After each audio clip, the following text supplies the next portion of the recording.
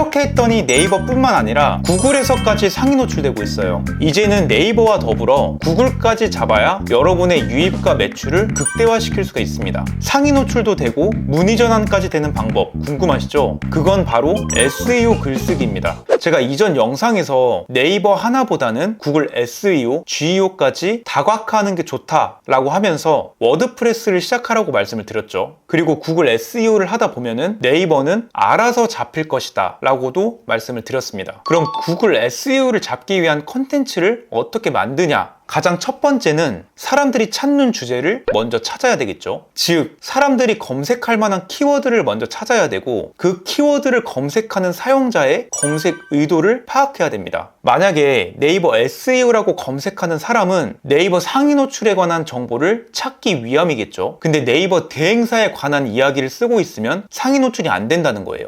이렇게 구글에서는 이런 검색 의도가 굉장히 중요한데요. 네이버의 지금 상황에서는 검색 의도가 그렇게 중요해 보이진 않습니다. 근데 전환이나 구글까지도 잡기 위해서는 검색 의도를 파악하는 연습은 계속 해주셔야 돼요. 사용자의 그 검색 의도를 잘 모르겠다면 구글에 검색해 보셔서 노출된 글의 어떤 제목이나 디스크립션을 한번 살펴보시는 것도 도움이 됩니다. 자, 그럼 키워드와 검색 의도를 찾았다고 해볼게요. 그 다음 글을 써야 되겠죠. 우리가 글을 쓰면서 간혹 목적에 벗어난 글을 쓸 때가 있어요. 이 말도 하고 싶고 저 말도 하고 싶어서 갑자기 다른 글을 쓰는 경우가 있는데요. 그래서 우리가 글을 쓸 때 글의 개요, 목차를 먼저 작성해 주시는 게 좋습니다. 더불어서 사용자들이 어떤 글인지를 파악하면서 글을 읽어야 할 명분이 생기는 거라서 목차를 먼저 작성해 주시는 게 중요합니다. 워드프레스에는 테이블 오브 컨텐츠라고 해서 목차 플러그인이 있는데 이게 SEO에 점수가 반영되거든요. 그래서 기본적으로 서론, 목차, 본론 이런 흐름으로 작성을 해주시면 됩니다. 저는 웬만해서 목차에 목표 키워드, 연관 키워드를 넣어서 구성을 하고 있는데요. 이게 H-태그라고 해서 이게 검색 엔진이 글의 주제와 전문성을 더 쉽게 이해하도록 도와주거든요. 네이버에서는 소제목이나 인용구 정도일 텐데 참고로 네이버는 인용구에 대한 SEO 점수가 반영되지가 않습니다. 즉, 인용구나 소제목이 없어도 그냥 텍스트로만 글을 적어도 노출이 되거든요. 그래서 네이버는 인용구가 필수는 아닙니다. 근데 우리가 굳이 인용구를 안 쓸 필요가 없죠. 글의 가독성도 높아질 뿐만 아니라 구조화하기가 좋기 때문에 그냥 목차별로 소제목이나 인용구를 사용하시면 됩니다. 자, 이제는 서론의 작성 요령에 대해서 알아볼게요.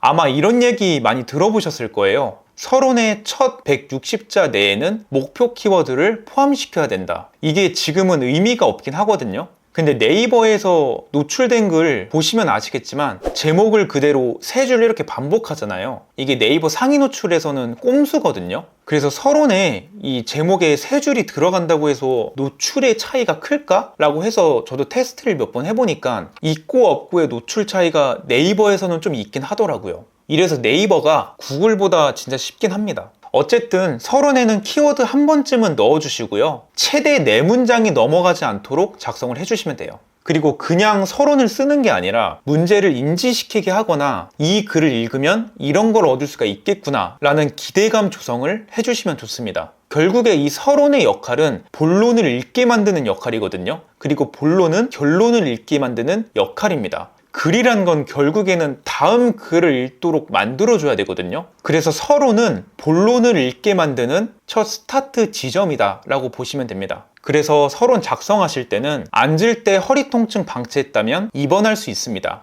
이렇게 문제인지를 시켜주는 거죠. 여러분이 쓰고 있는 마우스 자칫하면 손목 아작날 수 있습니다. 뭔가 이런 느낌으로요. 아니면 공감 가는 걸 넣어줘도 돼요. 앉을 때 허리 통증이 와서 장기간 일하기가 굉장히 불편하더라고요. 이렇게 공감 가는 문장으로 시작을 하셔도 글이 더 읽고 싶어집니다. 자, 이렇게 서론까지 작성을 하셨다면 이제 다음으로 본론을 작성하실 차례인데요. 우리가 목차를 정했잖아요. 본론은 목차별 대주제로 잡아서 각각에 대한 부연 설명을 해주시면 되는데요. 그 대주제는 H-태그나 인용구를 통해서 구조화를 시켜주시면 됩니다. 그리고 그 대주제에 맞는 이제 부연 설명을 각각 작성을 하실 텐데요. 이 부연 설명에 포함하면 좋은 SEO 요소가 블롯으로 요약하기, 테이블, 비교표 같은 거죠. 그리고 체크리스트, 외부 링크, 내부 링크, FAQ 이런 요소들이 SEO에 유리할 뿐만 아니라 사용자 경험을 높일 수 있는 중요한 요소입니다. 테이블이나 블록 같은 건 설명 후에 그걸 요약하는 방식으로 활용하시면 되고요. 내부 링크 같은 건 보통 경험이나 전문성이 굉장히 중요하잖아요. 근데 내가 경험이 없다라고 하시면 남의 사례나 연구자료, 후기 같은 내용을 사례로서 적으신 다음에 그걸 출처로 남기고 내부 링크로서 걸어버리세요. 그럼 글 퀄리티도 좋아질 뿐더러 검색 엔진에서도 사이트 구조를 더 쉽게 이해를 해서 노출에도 유리하겠죠. 웬만해서는 권위 있는 사이트를 위주로 링크로 걸어주시는 게 좋고요. 그리고 본론을 이렇게 다 작성을 해주셨으면 자주 묻는 질문 넣고 마지막으로 CTA 넣고 이런 흐름으로 작성을 해주시면 됩니다. 워드프레스의 경우에는 링크매스 플러그인을 많이 활용을 하는데요.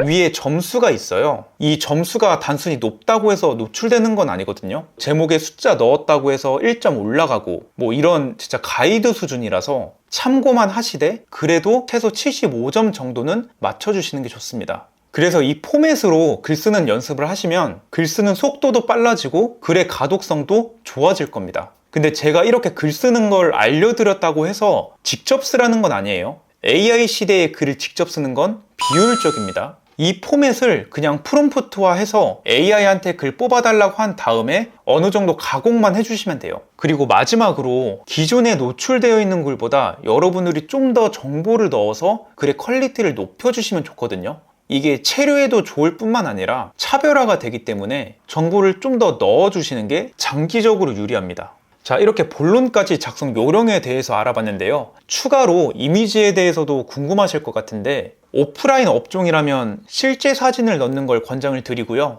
저는 온라인 쪽이잖아요. 저 같은 경우는 GPT에다가 이런 디자인과 이런 방식으로 이미지를 뽑아줘 라고 하면은 고퀄리티로 이미지가 나오거든요. 근데 GPT에서 그 이미지를 다운받아 보시면 챗 GPT 이미지라고 파일명으로 작성되어 있어요. 근데 구글은 파일명이나 알트 텍스트가 SEO로서 점수가 반영되거든요. 그래서 검색 엔진이 이미지와 컨텐츠의 연관성을 판단하는 근거로 활용하기 때문에 파일명도 목표 키워드를 넣어서 수정을 해주시고요. 추가로 이미지의 용량이 많으면 워드프레스 자체가 무거워지기 때문에 안 좋거든요. 그래서 보통 이미지를 압축해서 넣는 편인데 워드프레스 블로그를 운영을 하신다면 무조건 이미지를 압축을 해주세요. 이건 구글의 이미지 압축이라고 검색을 해보시면 다양한 사이트들이 나올 거예요. 여기에 들어가서 압축을 해주시면 되고요. 참고로 네이버는 파일명이나 압축 같은 건 상관이 없습니다만 그냥 습관적으로 넣어서 연습을 해보시는 걸 권장을 드립니다. 자, 이렇게 SEO 글쓰기에 대해서 알아봤는데요. 딱 보면은 왜 SEO 요소에 포함되어 있는지가 대충 감이 오시나요?